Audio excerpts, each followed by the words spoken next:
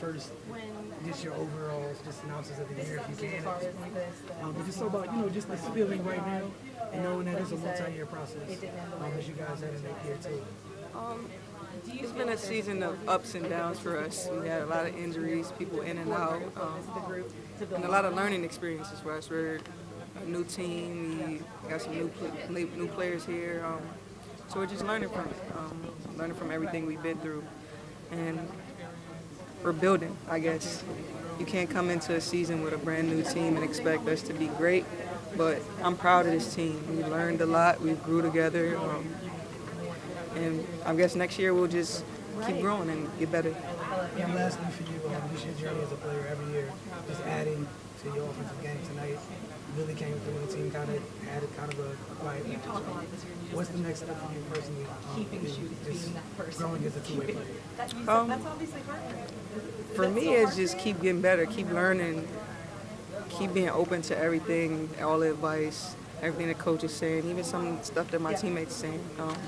I always want to get better every year, whether it's on the defensive end, I'm learning something new. Offensive end, I'm just trying to get better and stay in my role, but learn different things every year. So just take it from there and be better next year. Obviously, as you guys said, it's just step one. Year one, that you talk about, good teams, great teams have to go through things like this to get where they want to be. With that being said, do you feel like that level where Minnesota is easily attainable for you guys sooner than later? Championship caliber is never easily attainable, and you can't say, oh, we've been through so much this season and we got so far that next season it's in the bag. Obviously, it takes a ton of hard work and a ton of pieces working properly. So, do I think we're on a good start? Yeah, of course, but there's obviously a lot of work to do, and fortunately, we were able to play against, that standard and see what it looks like. And then for you guys, individually, you guys mentioned what you guys need to do in the offseason. You look forward to coming back to this group and seeing what your teammates do in the offseason, how that changes, how teams have to deal with you guys. Yeah, a lot of people will be going overseas and working on their game. Others will be around. I'll be here. Working on my strength, working on my game as well. But I for sure know that every single person in this locker room will be working. This team's got a great work ethic. So as I asked here, year one for you here, Coach was talking about this being a multi-year process. So with step one now complete, obviously now the way that you guys wanted it to end, just any quick thoughts initially on what type of year this was for you guys and what to look forward to if you can? I think it's been a great year for us from the standpoint of we've had so much happen. Injuries, people in and out, just the constant fluidity of people on and off the floor. And we just battled, and then we got to this point. So that shows we got a lot of heart, we got a lot of grit, and we also have a lot of talent. And so you take all those things, we take them in the off-season, everybody goes and works and gets better and comes back hungry next season. We're going to be a scary team, and we'll be back and beyond this position. So yeah, I'm just excited about this team, excited about our future and where we will go. All right, both Christy and Coach mentioned that Minnesota's kind of the bar. One of the teams that sets the bar for me. Knowing that, and obviously going into that beforehand, and now that it's over, are there things that you guys can kind of take from the way they go about business, the way they've been able to kind of be the team that sets that bar for that many years? Yeah, absolutely. There's so much that you can take and learn from a team like them. Literally what they do on a daily basis to be as dominant as they have over these past several years. And we're right there. We were right there with them in this series. We fought, we battled with a team who's been that consistent for many years. So that just shows where we're at and that we're just a few tweaks, a few things away, and we'll be right back here. Right. I know there's a couple of your teammates, obviously not the way you guys wanted to see it, but just with everything you guys been through this year, just your initial thoughts of looking back at the season now that it's over. I think it speaks volumes for the team that we are, the grit that we have, and the relentlessness that we have. Like KT said after the game, there was games we won with 8 people on our bench. Unfortunately, we got the injury bug this season that kind of took us in and out of our chemistry as a team, but that didn't deter us. We stayed focused on where we wanted to be, and we kept fighting. So To be in the semis of a playoff with all that went on this season speaks volumes for who this team is, and I think we earned a lot of people's respect, and that respect's deserved for this team and how hard we fought. All right, Coach, mentioned in the post-game presser how this is just year one for you guys. And this process with this new core. That being said, do you feel like you guys, after facing Minnesota, which is the bar, do you feel like you guys, that's something that's attainable for you guys much sooner than later? I'm sorry, can you? Do you feel like after playing Minnesota, which is kind of been one of the bars this week, after matching up with them and knowing that you guys haven't had everything all season, going forward, I feel like that's something that's easy for you guys to attain sooner than later? Yeah, no, for sure sooner. We have all the pieces in this room. And, this is our first season together. This is a brand new team, and we were all learning each other this year and what our strengths are, what our weaknesses are. And, we have some things to work on for sure, but I think everything's here. We just need to put it together. And, we're playing the best team in the league in our semifinal game. And, that's the challenge that we wanted to take. If we're going to make it to the next round, then we wanted to go through the best team. Didn't happen that way, but, Minnesota is the epitome of where we want to be, and I don't think that's too far off.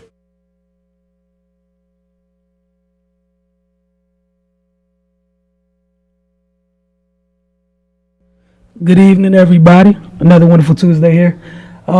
This is The Focus. If this is your first time tuning in, welcome. If it's not your first time, welcome back. We got a fun show planned for you guys tonight, starting with our host, Colby Jacobino. Did I get it right? Got it right. Hey, I made a special club. Yeah, but you just made him the host, so we the guest now? Hey, look, you want to know what? That's because your team had a rough weekend. You don't need to start. Calm down. My team lost too, and I'm not in here spreading negative vibes. I'm not spreading negative vibes. We got through like the past 3 shows without one of these, Octavia. I'm sorry, I couldn't help myself. Can we please do that? I was just like, oh gosh, I'm a guest now. What do I do? Hey, just hold. Cardell, like you as a witness, I've been behaving pretty good the past 3 weeks, correct? You have, man. All right, then. Your team takes one little L. I didn't even mess with you when y'all won. It's cool. And you want to come here and start us? I'm not even mad. Simply introduced our guest, and you just had to start. You didn't introduce the guest. You introduced the host. I said the guest. Run the tape back. We're not running tape here. Well, we already told you guys we're talking to Colby tonight. Obviously, Octavia's here. Miss Octavia Wyatt. So welcome, Octavia. Thank you so very much. Oh, you're so welcome. Oh, my God. Carl's here as well. Mr. Dudley, how are you doing this evening? I'm doing great. We got to be formal since that's what Octavia would like. Those are my 2 wonderful co-hosts. I'm Wilson. And again, you're watching The Focus. We got Damo over in the corner, so follow along on social media, and you realize who Damo is. Pretty darn quick. He's a gift master. On tonight's show, man, got a lot to talk about. The Mystic season came to a close. DC United season is coming to a close. We got Octavia's, the second week of Octavia's segment on the NFC East. Looking forward to that. But we're going to start. Cardell, the floor is yours. We're going to start with a conversation with Colby. Colby, Baltimore. Loaded teams. I see a lot of teams, kind of like loading up, getting ready to go for the state championship and MIAA run. But we're going to start with Maryland Prep Hoops. Yep. Expo 250 this Saturday. We're going to start there. For those that don't know, what is that about? And who shined there, pretty much? Yeah, so it's a new thing. It was their first time coming to Maryland. Okay. Prep Hoops, a company. It's kind of like similar to Hoop Group, if you guys have heard of that. And it was a similar setup to like the DMV Elite, in terms of you get a group of players, they come, they get put through some drills, and then you pretty much just play for the large majority of the event. Right. And I was fortunate enough to get about I'd say 7 or 8 colleges out there. Now, since it was their first time in the Baltimore area, word didn't get around as much as I wanted it to. But with the players, I think we got about 80 kids, so it was a good turnout numbers wise. And while we didn't get the guys, like the Emmanuel Quickleys, the top ranked guys in the state, we got a lot of guys flying under the radar that I was proud of, because without this event, I may have not even paid attention to them that much. Just smaller name teams in the county and whatnot, like a Newtown. We had a couple guys shine from Newtown and whatnot. So overall, it was a great event. I had a whole bunch of text messages from the kids saying that they had a great time, and just competing against others. We did have a lot of good players, Division II, low Division I talent guys come out, and overall it was just a great day. And from there, I talked to every college coach that came, and they had a list that they were kind of, they were checking certain players out, and almost all of them, added to that list by the end of the event. So that's pretty much the goal all the time, just to get these kids some exposure and get them a chance to further their careers, and if they want to, get out of Baltimore, because, we all know, sometimes the further you can go, the better, to kind of just stay focused on the goal at hand. But some kids that stood out there, a kid that's been picking up, talks all summer, Bobby Miller, who's going to be a rising senior at Paint Branch. Okay. About a 6'3", guard, athletic as I don't know what. He played in the summer league down in DeMatha, had a few, kind of viral videos of him, dunking on people. He had a huge dunk at Hoop Group up at Albright College at their elite camp. So he's one that's a lot of people have been talking about. Bobby's a great kid. I've talked to him a lot, and he's his stock has risen. He was fortunate enough to get his first Division II offer from St. Thomas Aquinas recently, and now a lot of Division II schools are on him. So I think that's a really good area for him in terms of recruitment wise. Some other names that stood out: Josh Mack from Goretti, 6'2", real tough nosed guard. Again, he's being courted by a ton of Division II programs. Gates Cook, a kid that's a very under-the-radar player from Dundalk, 6'4", shooting guard who can really shoot it, and added a dimension to his game where he can, starting to take kids off the dribble now, which I think will really help his case for coaches, being interested in him. Savion Gallion, kid from this area, Thurgood Marshall, really fun kid to watch play, very crafty, very confident. He's a kid around this area that's definitely going to be one to watch this year. And then Will Miller from Mount Carmel, just a strict pure shooter, was really fun. Those are guys from 2018, and just to name a few from 2019, Ziggy Reed, St. Paul's, who I'm a big fan of. His story is incredible. I mean, he's lost like 20 to 30 pounds in the past couple months, and really, been working with his assistant coach, Jeremy Melody, who did a lot with DMV Elite, but now is over at St. Paul's coaching staff. And he's getting looked at by, low, mid-major D1s, and I expect him to have a huge year. And, some kids that are flying under the radar that I was talking about in Baltimore County is guys like Jalen Parker from Milford Mill, 6'7", lefty, who can really shoot it, and he can, score off the dribble too. And he was, guarding the tallest kid there, 6'9", and really holding his own down low in the post. And then Jordan Guerrero from Newtown. That was the guy who really surprised me. Actually plays with Rebel basketball, or the Baltimore Rebels for AAU, and just 6'5", really, really athletic, and seems like a good kid. And I think he's going to be a really big part for Newtown as they try to, do what they can in a stacked Baltimore County conference this year. So, it's just a few names, but overall, it's just a great event, a great day. Okay, we're going to go ahead and get right to the high school season coming up. The MIAA, which is kind of Baltimore's version of the WCAC down here. I want you to just kind of talk about, break down the teams that we need to keep an eye on, and teams that might be a sleeper, because it's loaded. You got the usuals, there's St. Francis and all that. What other teams we may have to take a look at that might rise up. Yeah, well, the crazy part is with the MIA, even the teams that are considered sleepers have high Division I players, like in my opinion. Of course, when you start at the top, you got to go John Carroll, Emmanuel Quickly, Montez Mathis, and we just saw, I'm going to butcher his last name, but I know everybody just calls him Yeezy, a kid who came over from Turkey, 6'7", lefty, who's cold. Cardell can back me up with that. I remember you talking about him last week. Yeah. You guys want to see a kid? I mean, he just has an old school mentality about him that he's just going to go down the lane and punch one on you. And he is sure wherever the camera is, he'll get involved with that. So he's a fun kid to watch. Then you go down to St. Joe, obviously the defending champs. They lose Daryl Morcell to Maryland, which will be a big shoes to fill, but they got Jalen Smith, Maryland commit, 6'9", do it all forward. James Bishop, who's in my opinion one of the top guards in the 2019 class in the state, probably the best scorer in that class. Lefty, who's he's going to cause problems this year. And then you go down to St. Francis, like you said. St. Francis is an interesting team because from top to bottom on their roster, they're loaded. Right. A lot of young talent that I think, Coach Miles can really work with. And if they put everything together, I wouldn't be surprised if they won the MIA. You're talking about kids who I'm always talking about. Ace Baldwin, 2020 guard, lefty, who is one, if you're in the area and you're going out to see St. Francis, you got to go watch him. He just plays years, what is he, 15, 16, but he plays like he has the maturity of a 22-year-old in terms of basketball IQ and seeing stuff, form before it happens. And they got a big transfer, Jason Murphy from Chapelgate Christian, who, has an Old Dominion offer. He'll be big to go with Karan Moore, who's, a force inside, 6'9". So they have a ton of talent.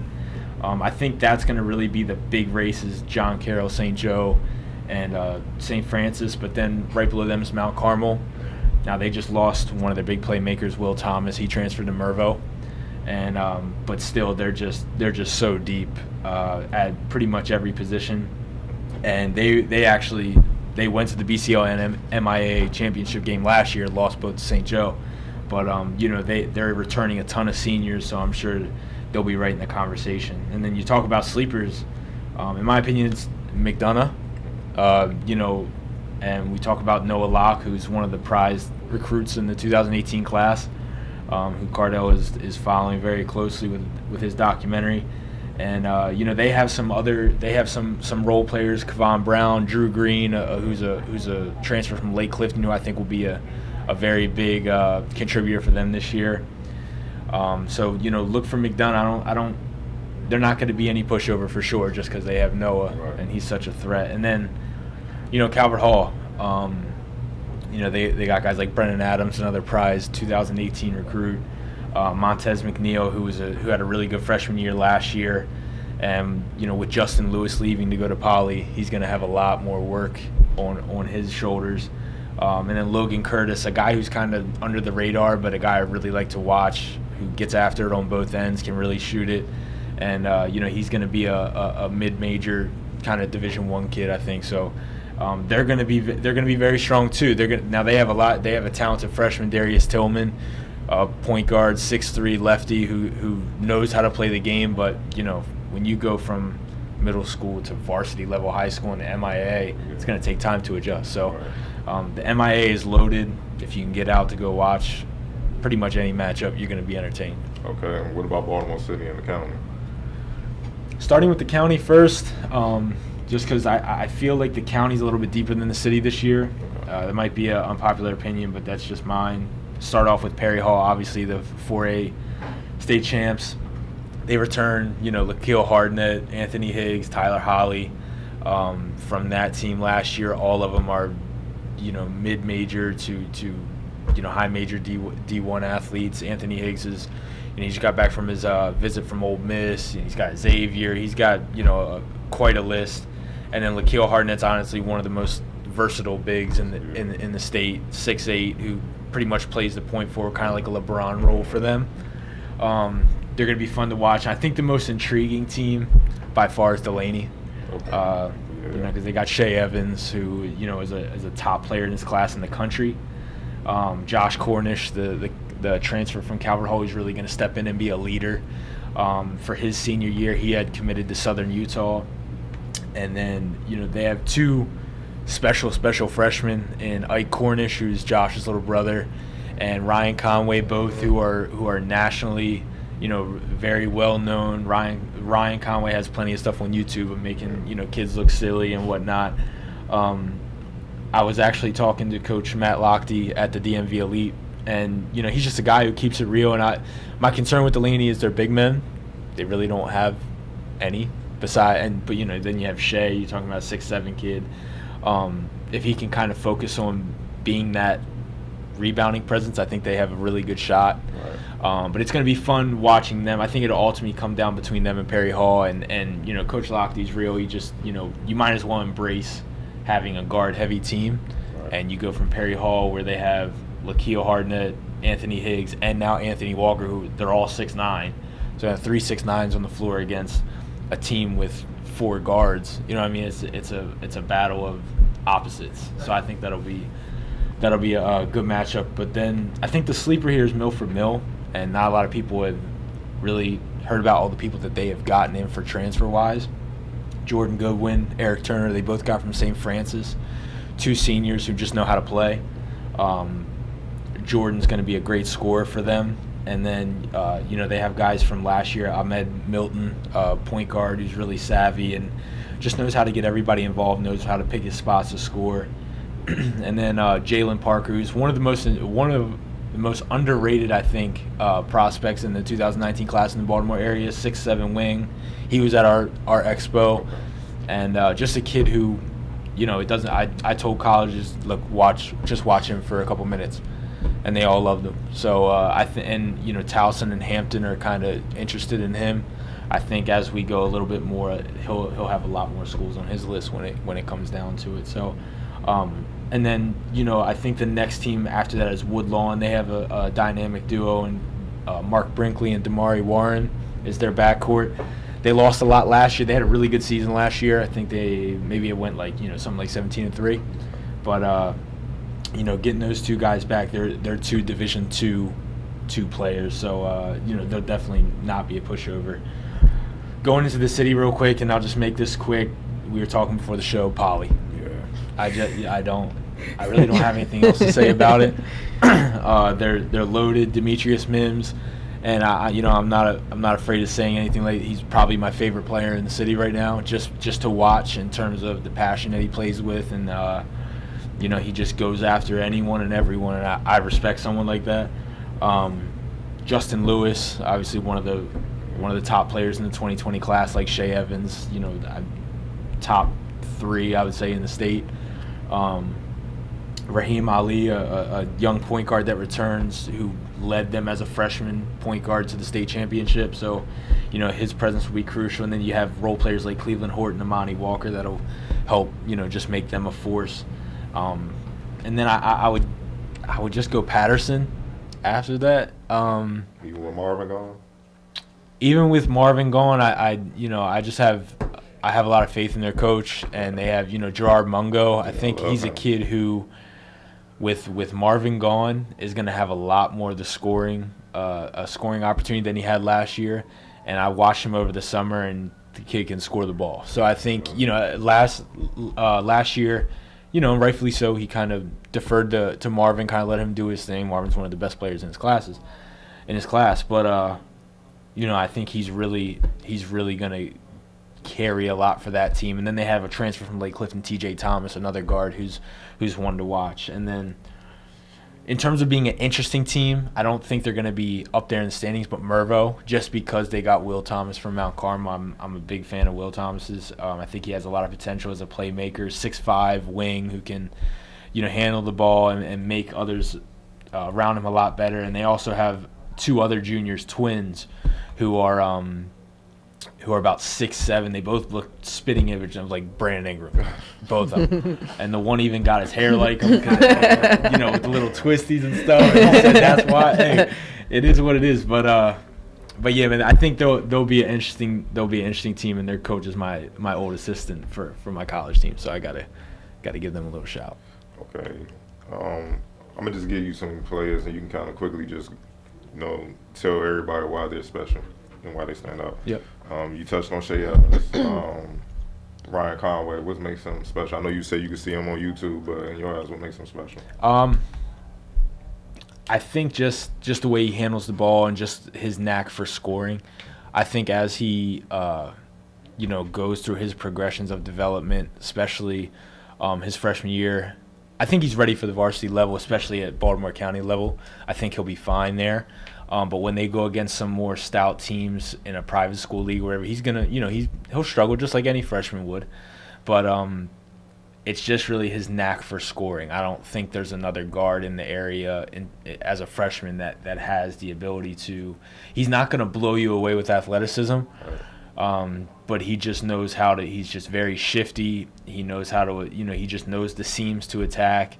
And he knows how to finish around the rim, despite not having great size. he just has a great feel for the game and a great flow for the game too, which isn't very common as a freshman. Montez Mathis. Just a bully type of scorer. In my mind, I think he did improve his jump shot. That was the big blemish kind of in his game, was just let him shoot. He was a kid, 6'4", 6'5", that was known for just attacking the rim and finishing over top of the rim, no matter if there was somebody in his way or not. But with Team BBC this year, it was kind of him and Emmanuel's show, and he got a lot more opportunity to shine. And he was one in terms of the mid to low high major, if you will, stock risers of the country. He had a lot of people talking just because of how well he was playing alongside Emmanuel, and obviously that'll translate because they both play for John Carroll. But I think he was kind of choosing between UConn and Rutgers as his last two, and he obviously chose Rutgers, and I think that would be a great fit for him because there'll be another opportunity for him to. His offense is going to be very free, his offensive opportunity. So I think he's just like Conway, just a great offensive player, and he can get after it defensively as well. Okay.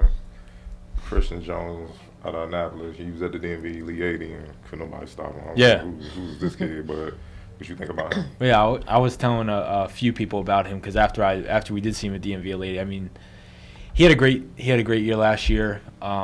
For Annapolis, obviously he was a big piece. He was their main guy, but I feel like he got a lot better. I feel like he got a lot better this summer.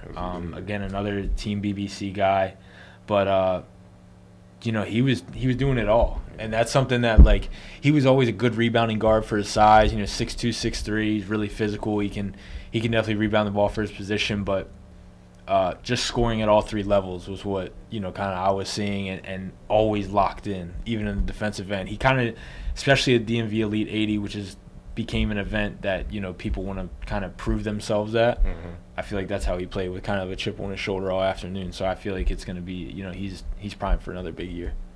And last one of my favorite players in the area, LJ Owens out of 7. He was at DMV Elite 80 as well. What you think about him? Smooth. Yeah. I just feel like he's a very smooth offensive player.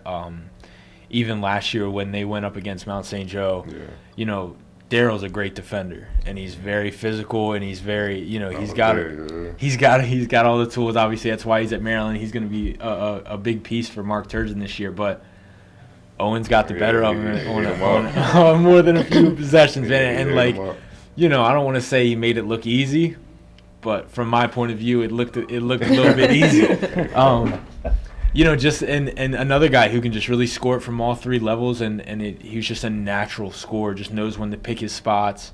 And another guy whose name kind of surfaced nationally in terms of that this summer. So I think, everybody knows.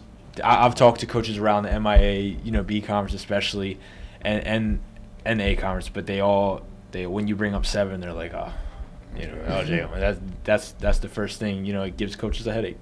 And the last one, couple players that came last year that graduated that's moving on to college. You touched on Moselle, a player who I love. From seeing him at Baltimore Poly, Devontae Perry going to Temple, and for my Colonials, because I cover GW a lot, Terry Nolan Jr. He's headed to GW. What can Temple and GW expect from those two? I'll tell you. So I got on the high school scene a little bit late last year. As you guys know, been at multiple Wizards games. But when I did join the high school scene, it was kind of around the state playoffs, and it only took me one time to see Dre Perry, and I was just like, I should have got on this scene a while ago. Right? Just grown man, and I think a lot of old school mentality of just punishing people, like a Kevin Garnett type of intensity. Not a playing style like Kevin Garnett, but just in terms of that passion and the way that he plays throughout the entire game. I don't think I saw a more dominant performance in the state finals than him. I mean, it just felt like every possession. It honestly felt like, watching the Cavs with LeBron. Just every possession went through him. And, I had long talks with his coach, Sam Brandon. They actually had to threaten him with suicides and whatnot to shoot the ball more. He was like, I understand you like getting your teammates involved and getting everybody better, but in order for us to win the state title, you need to shoot more.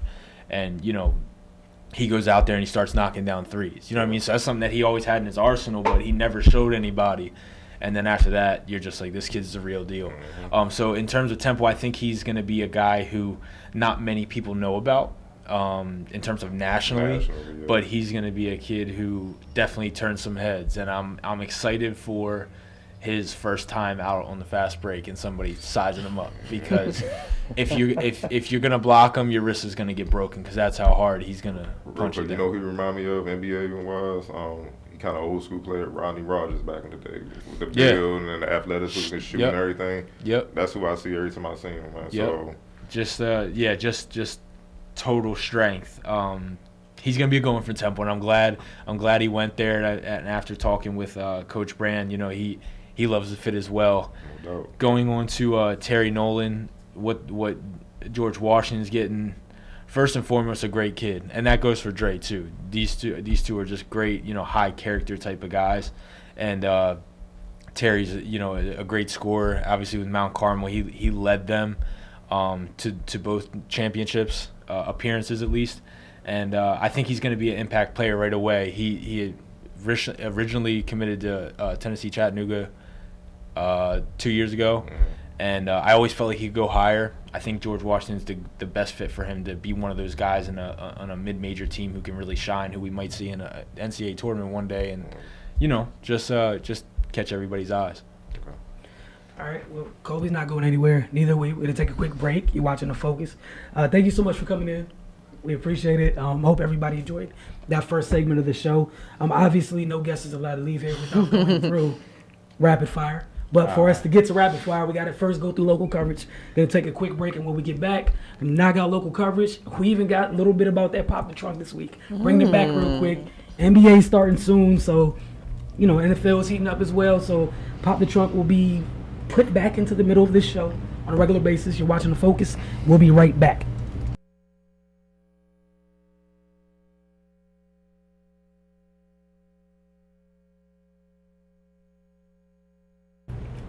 Welcome back to The Focus. Thank you guys for tuning in.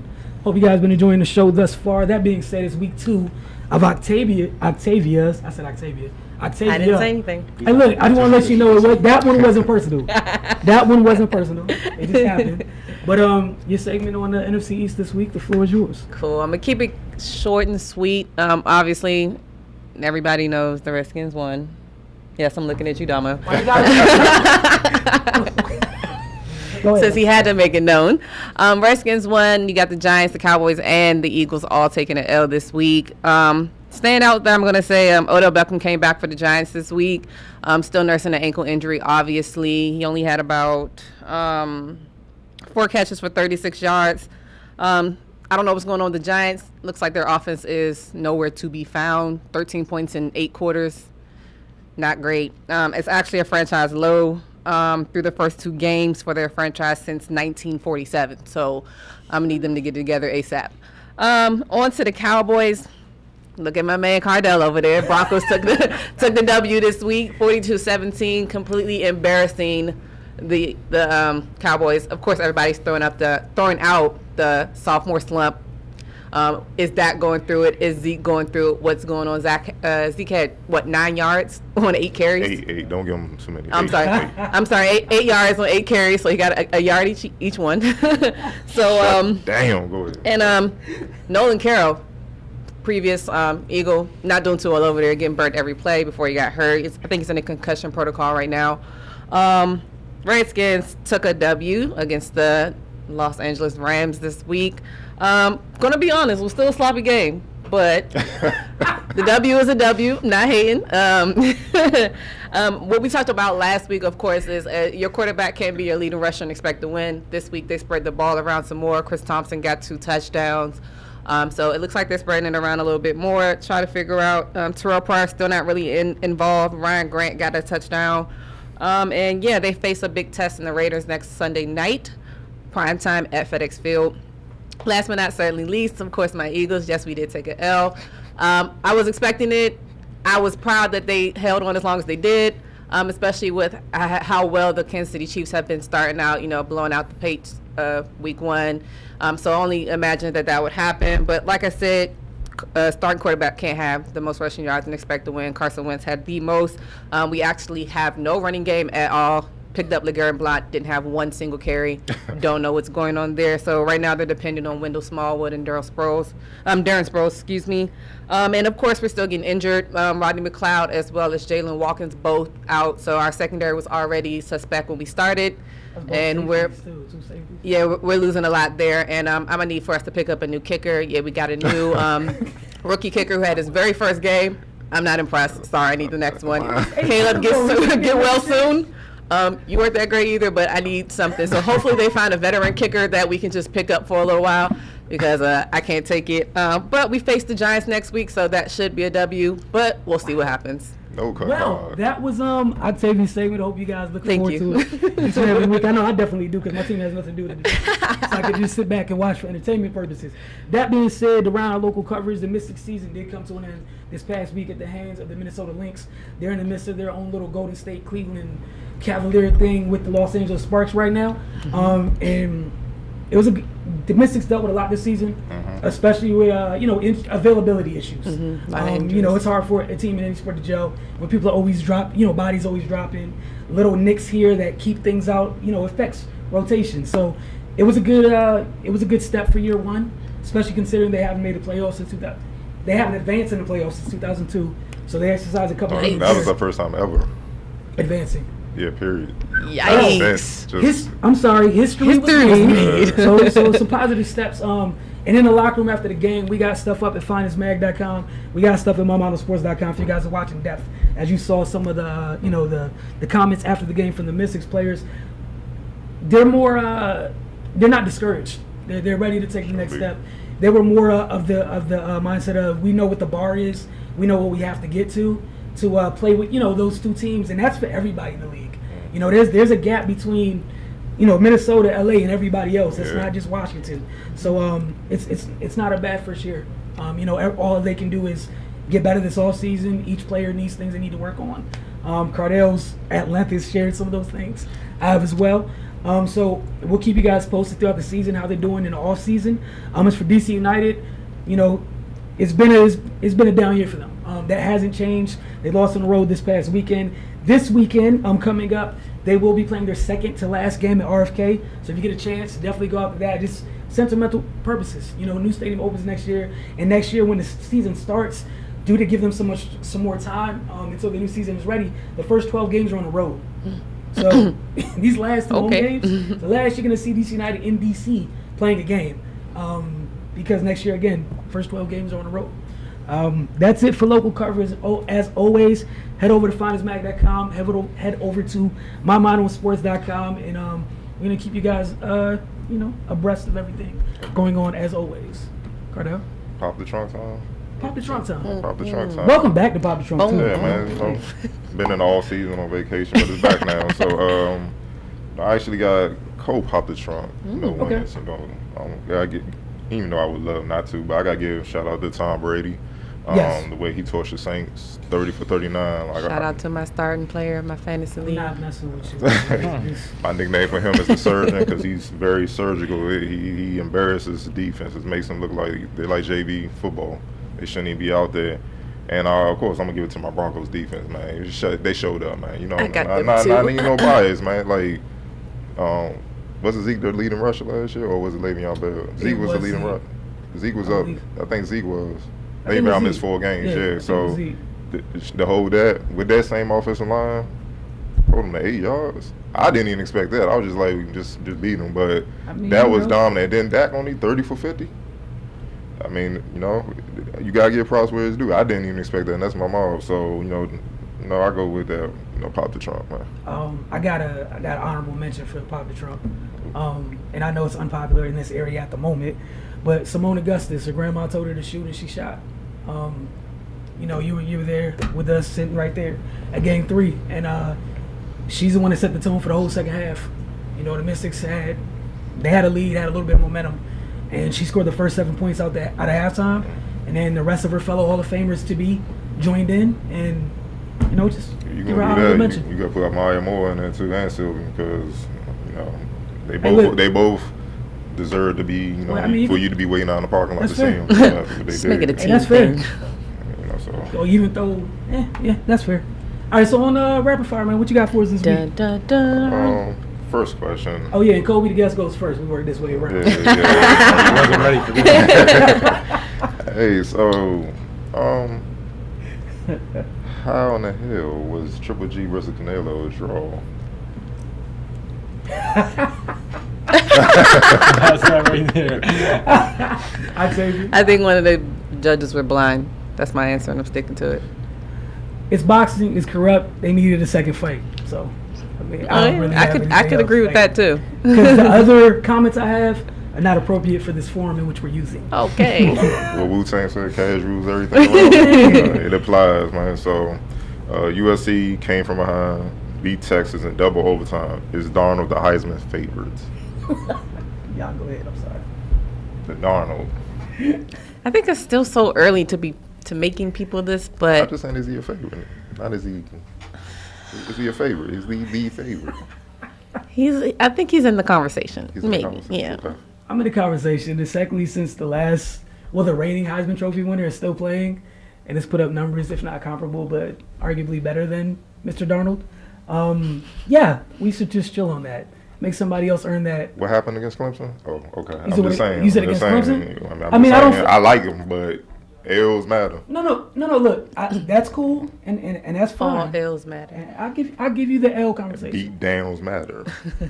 I also feel like, again, even with that beatdown, it wasn't the shutting down Jackson. It was shutting down the rest of the pieces. If it wasn't for him, it would have been even worse.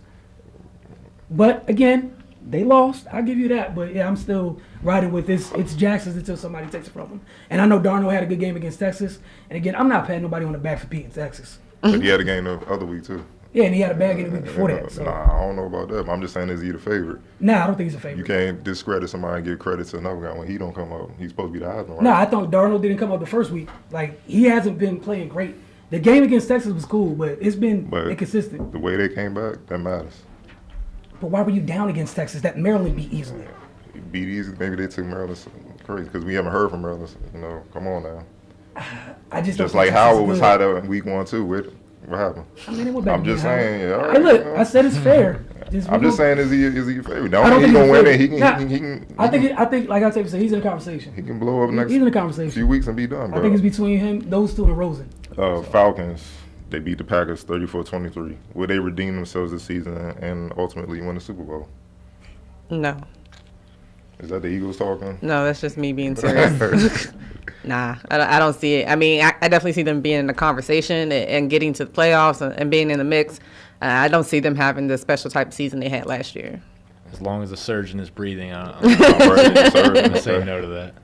I'm going to go no because just in case it's Tom Brady and them, no. And if it's not Tom and them, then no fly zone's not having that. Like, they've already got a chip. I mean, I got to keep it a buck. I'm not going to go there. The Chiefs and Oakland have my full attention. I'm just Hey, look, I ain't even finished. There's 4 teams over there. Talk about the Falcons. There's 4 or 5 in the AFC. Yeah. So that's what I'm saying. Like, there's a list before we get to talking that crazy. Like, we got to make it out our division. Keep it at a buck. I'm like, we can, but it's going to be rough. It's a lot over there. The Bengals. Oh boy. Players said they want Colin Kaepernick signed. First of all, what does that say about Andy Dalton, and should they sign him? Secondly, I mean, haven't we been having this conversation about Andy Dalton for like the past decade? Yes. Many times. There's only so much somebody can do. It doesn't seem like it's working. It works every now and then. I say give it a chance. Like, I mean, we always keep talking about, like, why isn't he signed somewhere? Regardless if they just sign him and have him as the backup, see what happens as it goes forward. I'm down for it. I think a couple of players said it. I think it got some clicks and some whatnot. I don't see the Bengals doing it. Yeah, I don't see them doing it, but it would be nice. Yeah, I don't see them doing it. I wouldn't be against it at all because what else do you have right now? My biggest thing with the Bengals is, and I'm not usually one to go after the head honcho, but Marvin Lewis has some blackmail against somebody in that organization. I don't know. I don't know how he's still there. Man. Yeah, because he's been there for a long time. And just hasn't gotten anything done. So they have all the weapons. Yeah, they do.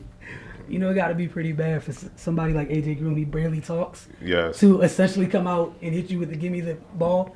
Like, that was his quiet way of saying it, but, I mean, look, man, if he's saying something. You might want to listen. Yeah, speaking of saying something, Tom Brady said something. He said he feels Kaepernick deserves to be in the NFL. Quote, he came to our stadium and beat us and took his team to the Super Bowl. I hope he gets a shot. What kind of, I mean, obviously, the owners still going to do what they want to do, but, what kind of clout does that add to the situation that Tom Brady spoke of after Aaron Rodgers spoke of and stuff? I think it holds a lot of weight, Right. because not to even hide it. It's it's a white player coming out and saying he belongs in this league, and not just any player. It's a lot of people consider him the greatest of all time in terms of quarterbacks, and I understand he hasn't put up great numbers, but you look around the league and the quarterbacks, and not even to mention the backup quarterbacks, he gives something to your team. If it's not starters minutes, it's something in practice to give your defense your starting defense a little bit of a challenge, or not even a little bit of a challenge. I mean, the guy was in the Super Bowl. You know what I mean? This guy isn't. I don't know.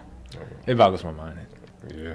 Yeah, I definitely feel like it gives it, hopefully, some more clout. I don't, like you said, the owners are going to do what they want to do regardless. But like you said, it comes down to one of the greatest quarterbacks ever, endorsing this man after other people have. So it's like, hopefully somebody takes notice and listen, and hopefully he gets signed sometime this year. Who knows? Just another example of actual football people in his corner saying that, kind of should be playing in the league. Kind of watching a lot of trash quarterback this past couple weeks. Trash. Horrendous quarterbacking. Jacksonville. As Shannon Sharp said, Jets. trash is what you set outside. Garbage is what you take to the landfill. We seeing Garbage. garbage. We seeing take them to the landfill, get them out of Great here. word to say. He's speaking the truth. It's been horrible. Okay, LaDainian Tomlinson said Ezekiel Elliott quit on his team due to his poor attitude on the sidelines. Cowboys head coach Jason Garrett said Zeke's effort was not up to our standard. Do you feel that Zeke quit on his team? Yes. Yeah. Yep. Like, it's like, come on, 8 yards? We do that to people. Go ahead. I mean, I feel you. Don't get me wrong, because like I said, I mean, I had Tom in my fantasy league this year in this past game. I had the Broncos too, so don't you worry. I pick good. So I mean, but still, at the end of the day, like, he has all this controversy around him. Like, at the end of the day, we've always said, like, if you're gonna have all this controversy, like, you have to produce. So it's like it's ridiculous. 8 yards on 8 carries, you got 1 yard. 9 carries. I'm just 9 carries. That average was a little bit low. Oh, all right, my bad. So less than 1 yard each carry. I'm sorry. And I didn't even think about it like that way. Just in terms of in a lot of ways he shouldn't even be out there. Mm-hmm. So you're out there. You might you play 100%. It doesn't matter what player did that. I mean, the interception especially. I know he really wasn't around the play, but it was about 5 to 10 yards away from him, and he just gave up. You know what I mean? That's never a good look for anybody. And you can be surprised when a lot of interceptions, you may not be in the play, but somebody else will run them down, slow them up, then you catch them and make the play. Yeah, well, how many times do we see from behind the back, strips or whatever? Exactly, and I mean, I agree. The effort was horrible. It's just like, but it speaks to kind of the connection was going on off the field and maturity. You know what I'm saying? Because if you're a pro, you're supposed to play all the way to the last one, so no matter if you're getting beat and everything like that. And truthfully, he probably never even got shut down like that. If it, ever in his life, definitely when he was a kid, since he was a kid or something like that, he haven't felt like that. But that's also a testament to, like, see, last year you came in, you rode the wave. Now you got to understand what the NFL, pro sports is all about. Life in general is up and down. Right. So you got to be even killed and you got to grow up, man. And that's the reason why people saying Emmitt Smith came out, you need to get your off the field life together because that's going to affect you on the field, and you can see. So It was childish. all around. So And it's bad because what veterans is he going to look to? and that's the problem. Vanderbilt beat number 18 Kansas State, and the defensive lineman said, "Alabama, you're next." Thoughts on that? When are the people going to learn? Just be quiet. Just play the game. You got the win. Stop calling out people. Stop, like, having your baseball bat pointing to the to the outfield. Like, just stop. Just Let the Bears sleep. Yeah. Just let them That's not the right tree. Just leave that alone. Like, it's going to fall on you. Just leave it alone. Like, why even agitate them? And the thing is, with college football, it's actually good to run up the score. And I'm sure Saban will, like, He's like, Hail oh, Mary, okay. Hail Mary, keep, like, Not just to even prove a that. point. To take what Denver did to Zeke to another level. Do you think they even want to let y'all breathe? Yeah, when they play, I should have put that on here. I'm gonna definitely look for that game. Giants head coach McAdoo, was he out of line calling out Eli Manning over botched goal line play? I don't know. With him, it's interesting to me that he could call out Eli, right? Mm-hmm. But how can you keep getting mad at Eli when you guys refuse to address the offensive line for like the last 4 years? That left tackle. Yeah, whatever. and I mean, you took Eric Flowers, and then not only did you take him, you are in some like world of denial where you're like you've attached yourself to him, where that's our starting left tackle, yada yada yada. We've seen Eli. Obviously, he's not the greatest quarterback in the world, but we've seen Eli he's very capable with an average NFL offensive line. You have not given him one. Don't do that. I'm just not cool with that at all. Yeah, I agree. I think sometimes it's like at this point they don't know who to blame it on, so they're just picking somebody at the time. But you know, I have my things with Eli too. Like you said, I don't think he's that great of a quarterback anymore. Of course, you can't talk too bad about him. He won a Super Bowl, but yeah, I just think they need to do a lot of work because it's not even just on the defensive side; it's the offensive side. It's not even just the offensive side; it's the special teams. It's like it's a team as a whole. So, like we always say, it starts from the top and it works its way down. So the coach need to look in the mirror as well. I think Eli handled it well, handled the comments well, but just with me in terms of having a team, I think that stuff stays in the locker room. Or you pull Eli in and talk to him man to man before you say something to the media. It's happened this one time, and I'm sure there's other things that led up to it, but that's just a line you don't cross right away. And not to make any excuses. I mean, you might miss the clock when you're trying to get your reads right so you can stop getting blasted. That is true. He probably got tired of getting hit. I mean, he wasn't just getting hit by one dude. It was like the Monstars and Space Jam. They was on the ground just jumping up there. They was having fun. It's crazy, man. Obviously, we got to address this. The hometown guy. Y'all read the reports, man. Oh Lord. Mr. Durant released some tweets yesterday. From another account.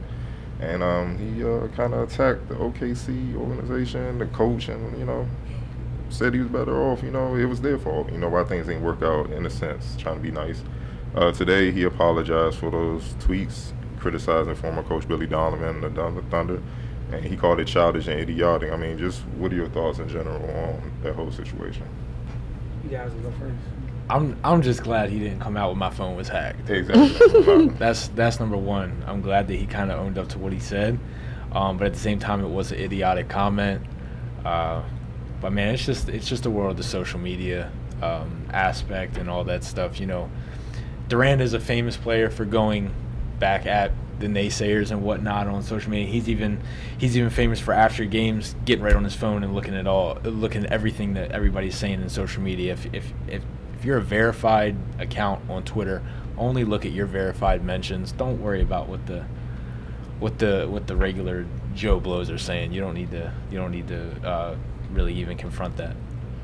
I'm glad he owned up to it. Like we all said, it was very idiotic.